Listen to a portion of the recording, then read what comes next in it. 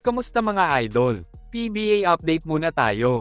Junmar Fajardo pagod na? Aminado nga si The Kraken na hindi biro ang pressure na dinadala ng SMB ngayon lalo na at nasa semifinals na sila ng Governors Cup.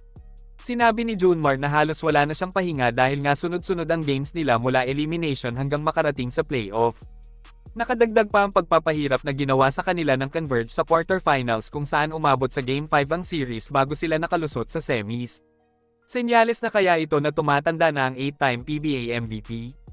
Kailangan na ba ni The Kraken ng time management para maagapan ang fatigue na nararamdaman niya ngayon?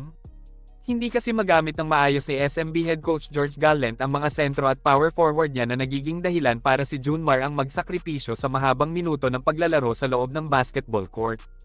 Pwede naman kasing bigyan ng mahabang minuto si Mo Tautuan na kung tutuusin ay may asim pa ang laro. Hindi kasi siya nabibigyan ng mahabang minuto kaya tuloy na wala na ang kumpiyansa niya kapag hinugot siya ni Gallant. Andyan din si Ronnie Brondial at Vic Manuel na pwede ding maasahan sa depensa, lalo na at hindi naman kalakihan ang lineup ng Barangay Ginebra maliban kay Jopet Aguilar. Sa ngayon ay si EJ Anosike ang katulong ni Junmar sa loob na sobrang laking pakinabang naman lalo na pagdating sa scoring. Aminado nga si The Kraken na wala na siya masyadong panahon sa social life ngayon dahil sa pagtutok niya sa PBA playoff. Hindi na nga daw siya nakakapaglaro ng Dota ngayon kung saan madalas niyang kabonding ang Pure Food star na si Mark Pingris. Sinabi ni Junmar na wala silang karapatan na magreklamo kahit pagod na sila sa kaka-practice lalo na sa actual game kung saan kalaban nila ang crowd favorite at sister team na Barangay Ginebra na sobrang competitive makipagbakbakan sa laro. Ayon pa nga sa kanya, maswerte nga daw sila dahil nakarating na naman sila ng semis hindi tulad ng ibang koponan. Samantala, kung si Junmar Fajardo ay pagod na dahil sa mahabang minuto ng paglalaro, madami namang SMB fans ang nagdedemand na bigyan pa ni Gallant ng mahabang minuto si Terence Romeo. Naging usap-usapan ang naging performance ni TR7 noong Game 2 ng semis laban sa Ginebra, kung saan tumirada ng perfect 5 of 5 3-point shooting at 1 of 1 sa 4-point line si Terence na naging crucial sa panalo ng Beermen.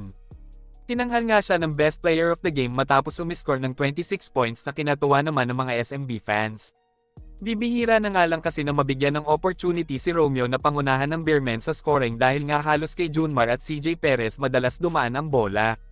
Kaya naman malaking bagay na isama ni Gallant si Terence Romeo sa scoring rotation para naman madaming option ang Beermen at mapahirapan ng Ginebra sa mga susunod na games nila sa semis. Bagamat malaki pa din ang kontribusyon ni The Kraken sa scoring at rebounding, madami pa din ang nababahala na baka hindi na kayanin pa ni Junmar na ibigay ang 100% niya pag nakapasok sila sa finals. Sa ngayon ay nasa 2-0 advantage na ang TNT Tropang Giga laban sa Rain or Shine sa kanilang semifinal match. Mas malalaki at mas agresibo ang mga players ng dalawang koponan na siguradong lalo magpapahirap kay Junmar sakaling palarin ng SMB na manalo laban sa Ginebra sa semis.